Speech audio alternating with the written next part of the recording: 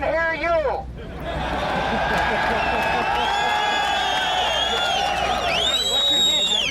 I can hear you. The rest of the world hears you. And the people who knock these buildings down will hear all of us soon. Here's the president. Good evening, my fellow Americans.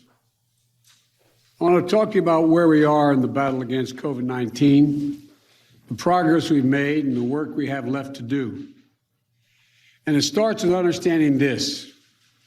Even as the Delta variant COVID-19 has been hitting this country hard, we have the tools to combat the virus if we can come together as a country and use those tools. If we raise our vaccination rate, protect ourselves and others with masking, expanded testing, and identify people who are infected, we can and we will turn the tide on COVID-19. It'll take a lot of hard work. It's going to take some time. Many of us are frustrated with the nearly 80 million Americans who are still not vaccinated, even though the vaccine is safe, effective, and free. You might be confused about what is true and what is false about COVID-19.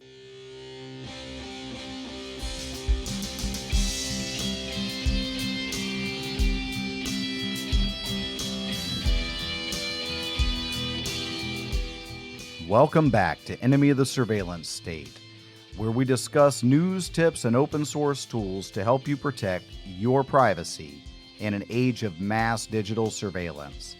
I am your host, C. Mitchell Shaw, and I am back after 7 months. We're going to talk about that. We're also going to talk about the similarities, comparison, and contrast between 9/11 and COVID-19, and the way government has used both of those as a pretext for greater government control over citizens, including the expansion of the surveillance state. This week on Enemy of the Surveillance State.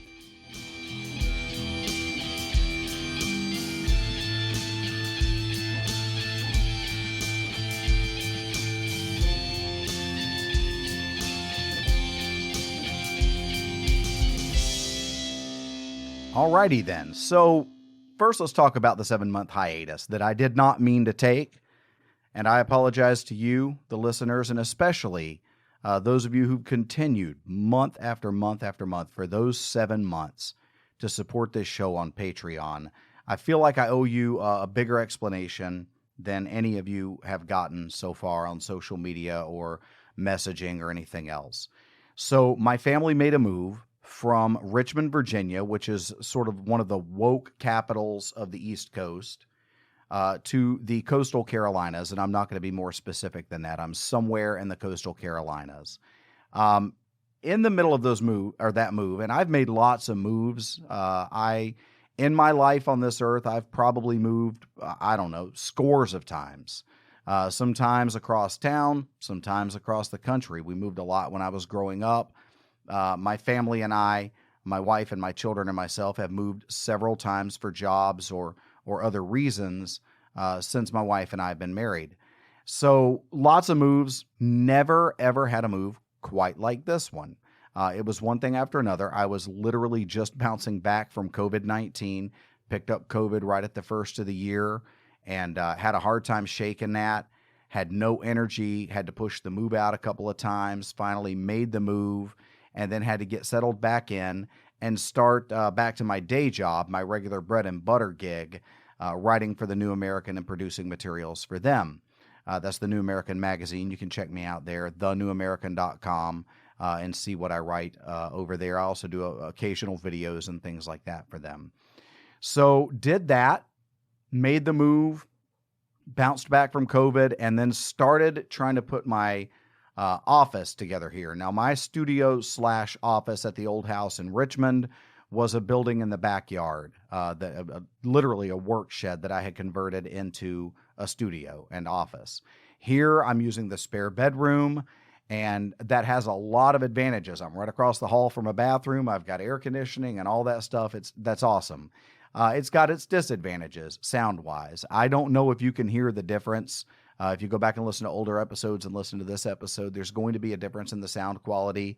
I'm working on that, hope to fix that problem. But, every time I step in to try to tackle that, I get behind on work and have to get caught up on work, and it's been one thing after another.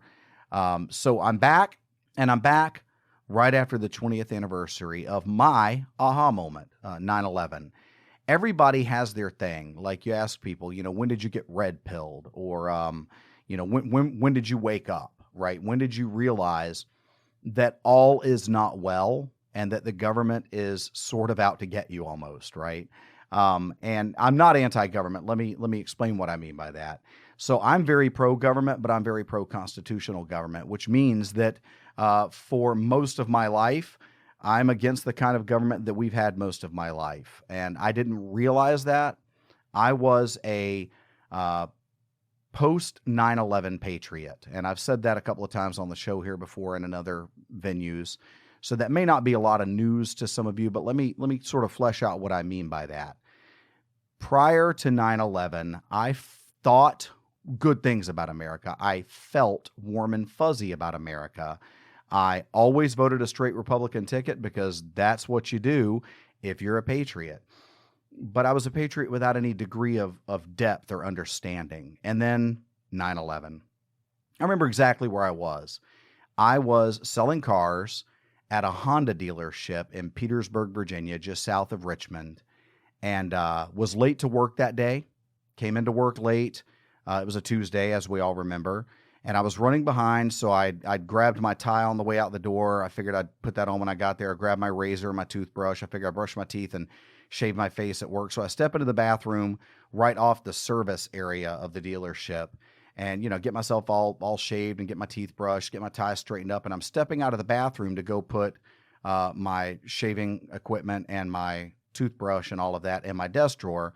And there's this crowd of employees standing there staring up at one of the televisions up in the corner in the service area.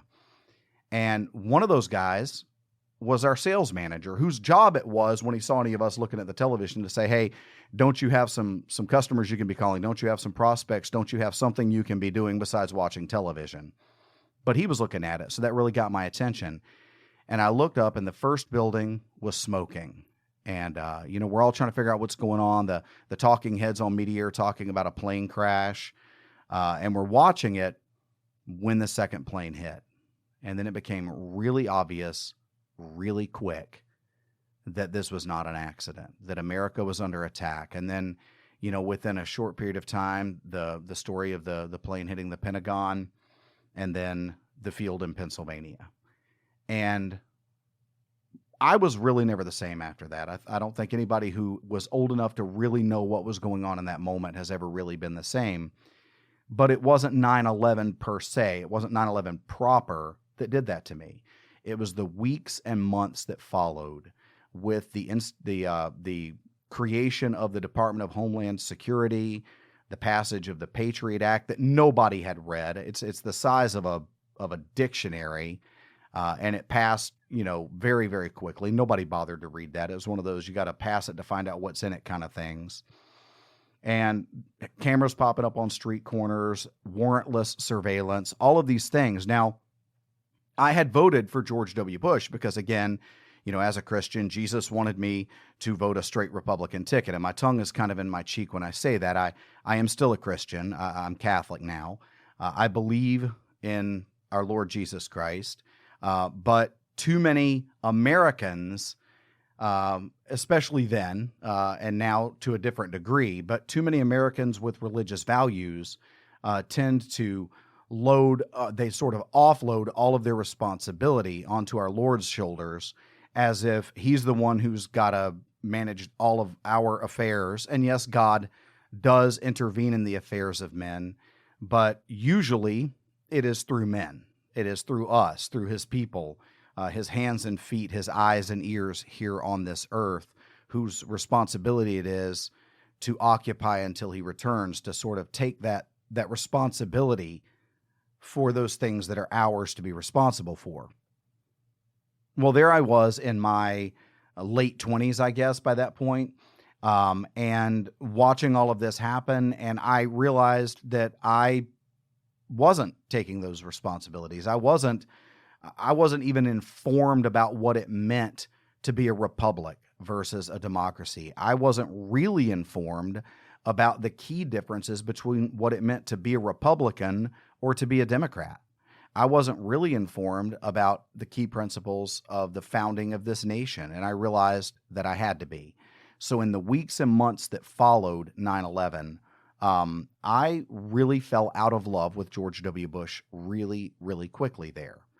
And not on a personal level, but just I began to see that this man is not a constitutionalist. Now, some of you listeners may want to beat me up for that. Well, he's, better than a Democrat, and I don't disagree with you, but I have a good friend who says that it's a little bit like you're in a car headed toward a cliff going 100 miles per hour, and the Republicans in the back seat are arguing that you should slow down to 60, right?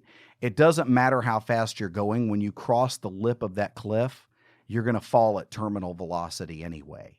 So, and then there's the occasional constitutionalist who's a, quote, dangerous reactionary, end quote, who's saying, well, you know what, maybe we ought to actually stop, come to a full stop, make a safe U-turn, and head back to where we're coming from instead of toward the edge of the cliff. Oh, shut up, they say. What do you know? You're unelectable and blah, blah, blah. So I fell out of love with George W. Bush. I fell out of love with the Republican Party because I began to see that the chief differences between the Republican Party and the Democrat Party are all surface things. They're all surface things. At their core, the two parties are not really that different. They're not really that different than, say, Walmart and Target, right? They all sell the same stuff pretty much. I have a friend who says that the two parties are two retail outlets for the same wholesaler, right? The ideas are pretty much the same, and most of those ideas are promulgated by organizations like the Council on Foreign Relations, the Trilateral Commission, the Bilderbergers, those types of movers and shakers, what are called the insiders, the sort of deep state behind the state, those guys that really kind of move and shake things. And every president for the last ever how long has either been a member of the Council on Foreign Relations or is closely tied to the Council on Foreign Relations, and they're sort of one world government ideas. So now here I am beginning my awakening in the wake of 9/11, and I'm watching a lot of news footage. I'm drilling down. I'm trying to find out what's going on, and I'm remembering, all these things like Ruby Ridge. And if you don't know what Ruby Ridge is, do a quick DuckDuckGo search about Ruby Ridge and Randy Weaver. And I'm not holding Randy Weaver up as a patriot. The guy is problematic, to say the very least. May actually even be a knuckle-dragging racist Neanderthal idiot. I don't know because I don't know him. But the point is, if you are a knuckle-dragging Neanderthal racist idiot, the government still ought not shoot you and threaten to shove your cabin off the edge of a mountain. So that's all I'm saying about that. And then, just remembering those things, remembering Waco and the Branch Davidians and the way Janet Reno sent her bulldogs in there to just attack them. And I'm not saying the Branch Davidians had all their ducks in a row. I'm not saying that they were great people. I'm saying they weren't hurting anybody and they were minding their own business for the biggest part. And if they weren't, then there were legal ways to serve a warrant and arrest David Koresh at any of the times when he was in Waco on business, and they knew exactly where he was because they'd spent ages and jillions of dollars surveilling his every movement. So I look at these heavy-handed government things from the past, and now I'm looking at what's going on with 9/11, and I'm realizing, okay, we are transitioning from the land of the free and the home of the brave to the land of the enslaved because we're afraid of those boogeymen terrorists out there. That sound clip at the beginning, George W. Bush, I hear you. And the people who knocked these buildings down are soon going to hear all of us. That was his war cry. So we go to war in Afghanistan, or again, as I like to refer to the Middle East collectively, Afghan-Iran-Iraqistan. because the average American can't point any of those places out on a map. He just knows that God hates those people and wants us to kill them all, right? Like, let's go to war. And okay, you know what? Fine. We probably needed to go to war. I'm anti-war, but I'm not a beatnik pacifist, right? Sometimes the only answer is when everything else has been exhausted, sometimes you have to punch somebody in the mouth. Sometimes you have to pick up weapons and go to war and defend your homeland. We were attacked on that day. It was a sucker punch. Yes, our government knew it was coming. Look up Project Able Danger, and it becomes really obvious really quick that we knew 9/11 was coming. We might not have known it was going to happen on September 11th. Maybe we did, maybe we didn't. But there's not really any doubt that we knew that that attack was coming and that it was going to include the buildings that it included and that it was going to include airplanes being flown by terrorists who knew how to fly but didn't know how to land because they never planned to land, okay? So coming out of that, we've got this boogeyman that we have to go to war with. And sure, we probably needed to go to war. Afghanistan was harboring the guy behind the 9/11 attack, Osama bin Laden, right? So we go to war, but we did it without a congressional declaration of war, which we have done in every war we've been involved in since World War II. That is the last time the United States of America Congress got together and declared war, and we went to war. And every war since then, it's been the United Nations sending us to war to keep the peace according to their measures and their ideas and their principles, but not America's, right? Or it's been Congress, like with 9/11, like with Afghanistan, giving the president permission to do whatever he thinks is best, which is not a congressional declaration of war. These are unconstitutional wars and therefore wrong. Okay? So now coming out of that, though, in that war, in that crisis, in that scenario, the terrorists were the boogeyman. And we were all supposed to just roll up our freedoms and hand them to the government. It's why we allowed the warrantless surveillance. The surveillance state was able to sort of come out into the light a little bit after 9/11 and admit that they were harvesting phone calls, harvesting emails, harvesting browsing histories, harvesting all these data points about us, right? Now, they didn't start doing that at 9/11. They'd been doing much of it, but they expanded it greatly after 9/11 and sort of came out into the light about it. Not a lot, just some. There was some public discussion. There was some argument about how far that should go as Congress sort of pretended to push back against President Bush and his administration in the way that they were doing those things to fight those darned terrorists, right? And it wasn't really until Ed Snowden years later that we began to realize how much more of that was going on. But here's what's interesting. If you think about what they were able to do, the data that they were able to harvest right after 9/11, who had a smartphone? There was no such animal as a smartphone in 2001, 2002, 2003, right? So these were your flip phones, and this was your landline, and these were, computers on a dial-up internet connection, and nobody was really nearly as plugged in to all of that as we are today. So if we think about the amount of data that they were able to harvest then to create profiles about people, now with smartphones and always connected internet devices, and you got your internet device connected doorbell, you've got your internet connected toaster, you've got your internet connected garage door opener, and all of these things, it's much more data that they're able to grab about us now. But then if you go back and listen to that first clip again, just the very opening segment there, the reason I compare those two sound clips, first you got George W. Bush saying, they are going to hear us. I hear you, and the people who knock down these buildings are very soon going to hear all of us, right? He's projecting the fear. He's projecting the anger. He's projecting the need to do something, and I'm putting air quotes around that, on pretty much everybody who's Middle Eastern and of Arab descent, okay? And we're going to go and we're going to get those people, right? So now the second sound clip there is Joe Biden. And, I'm going to move past the point that geriatric Joe, slurs his way through that and refers to, Delta variant 19 before he kind of like something in the back of his mind goes, oh, that doesn't sound right. And he kind of corrects himself, COVID-19. Because he can't even keep his talking point. Sure, I'm going to just move past that. That's low-hanging fruit. It's fun to notice, and that's why there's a whole genre of YouTube videos out there of Joe Biden tripping over his tongue and saying silly things and just drifting off into la-la land right in the middle of a speech. But we're going to move past that and just talk about what he's doing here. Because in the 9/11 crisis, the boogeyman was out there somewhere, and we needed to go to war and get him. Now, 20 years later, we've abandoned Afghanistan to the Taliban.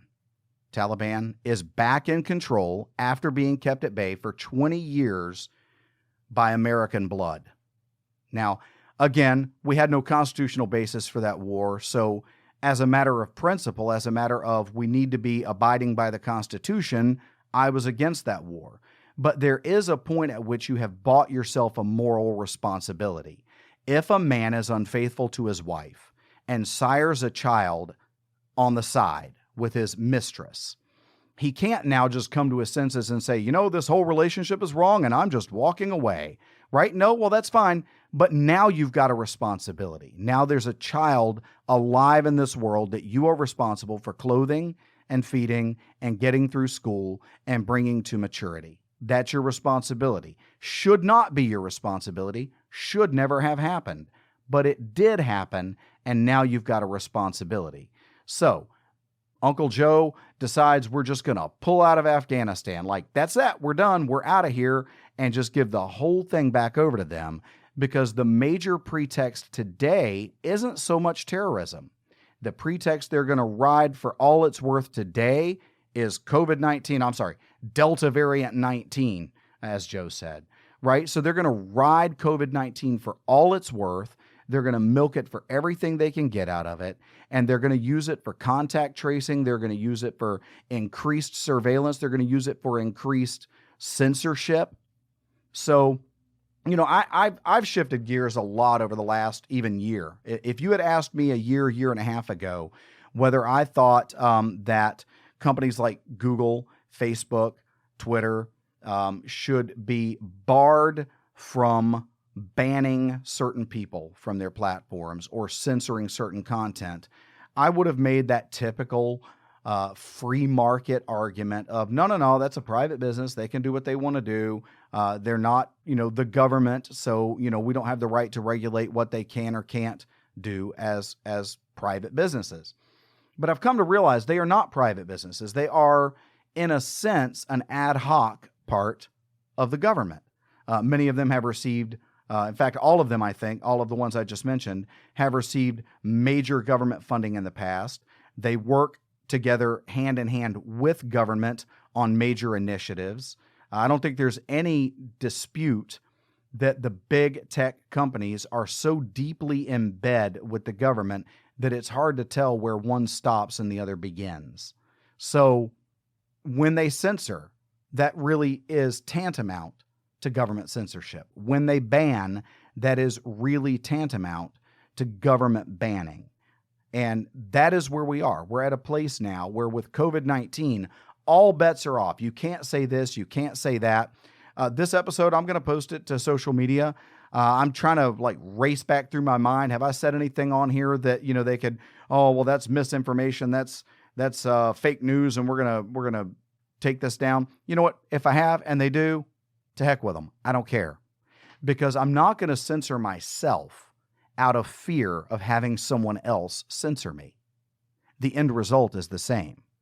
The solution is for us to begin protecting our own privacy, to move away from these big tech things because of the incestuous relationship between the government and big tech, because of the incestuous relationship between the surveillance state and the culture of surveillance, because it doesn't really matter who is surveilling you. It doesn't really matter who's harvesting your data if it's all going to wind up in the same bucket at the end anyway. And that bucket at the end is the surveillance state. Now, it doesn't matter if some FBI agent somewhere is listening into my phone calls or reading my texts or my emails or my browsing history, or if all of that's being done by big tech and then they're just gift wrapping it and handing it off to the government, it all winds up in the hands of the surveillance state. And it's time that we as Americans, that we as patriots, begin protecting our own data. And I am at a place where I am done trying to play nice with hardcore leftist liberals. I have tried to cast a very wide net where this show was concerned because there are so many people fighting for privacy that consider themselves liberals. And I wanted to be able to, hopefully at some point in the future, have some of those people as guests on my show.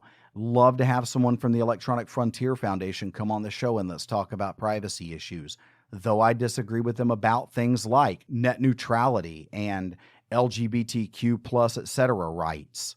Now, by that, do I mean that I think it's okay to mistreat people because they fit into this category or that category? No, but I don't think that's happening. I think that today, the great badge of honor that bulletproofs you against any kind of criticism at all is to lump yourself together with the Rainbow Coalition, and now nobody can ever criticize you about anything that you are doing or have ever done because you'll just claim that you're being discriminated against. So I'd love to have someone from EFF on, the Electronic Frontier Foundation. I'd love one day to interview Ed Snowden on this show. And so I've tried to, play nice and not get very political about things. And I meant what I said on the last episode, though, that we need to open up the lines of communication. We need to open up dialogue and not broad brush individuals, people too quickly with this, oh, well, you're a Democrat, so you're a communist, or, well, oh, you're a Republican, so you're a Nazi, and all of these pejoratives that we use to just insult people so that we don't have to answer their argument. I am about answering the argument, and that isn't changing.